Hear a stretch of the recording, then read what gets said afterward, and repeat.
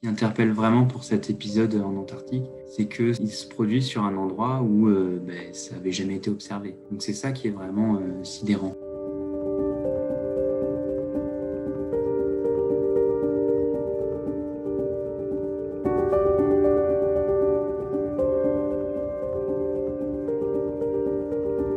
On a observé des températures qui s'élevaient jusqu'à moins 11,5 degrés à Concordia et moins 17,7 degrés à Vostok.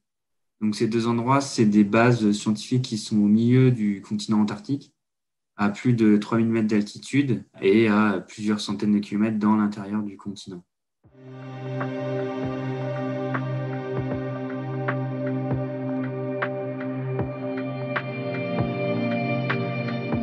Sur la côte, on a enregistré des températures de plus 4,8 degrés à Dumont-d'Urville, donc qui est la base française en Terre Adélie. Donc c'est des températures qui n'ont jamais été observées au mois de mars dans ces stations. Mais c'est vraiment un phénomène très intense et qui soulève quand même des inquiétudes.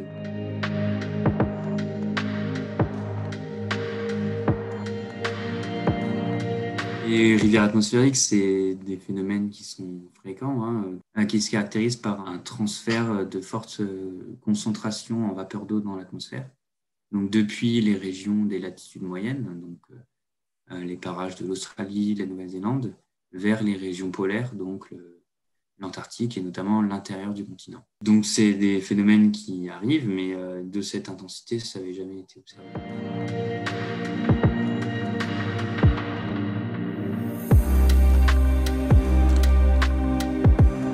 Cette forte concentration de vapeur d'eau va induire une forte humidité de l'atmosphère, des précipitations, dans un endroit qui est normalement un désert glacé comme l'Antarctique, conduit à une hausse des températures. Je pense que c'est un peu tôt pour directement l'imputer au réchauffement climatique. Après, il y a plusieurs choses à savoir. C'est récemment en Australie, il y a eu une vague de chaleur très intense. Sur l'ouest, le thermomètre est monté jusqu'à 47 degrés, ce qui est exceptionnel. Et puis, dernière chose, on a aussi une extension très faible de la banquise autour du continent antarctique, puisque pour la première fois, du coup, la surface de la banquise est passée sous les 2 millions de kilomètres carrés. J'ai envie de dire l'impact psychologique sur les météorologues, climatologues, je pense qu'il est du même ordre de grandeur que ce qui s'est passé au Canada, le nord-ouest des États-Unis l'an dernier, ou ce qui s'est passé l'été auparavant en Sibérie avec des records de chaleur jusqu'à 38 degrés près du cercle polaire arctique, et les feux en Australie l'été d'avant, etc.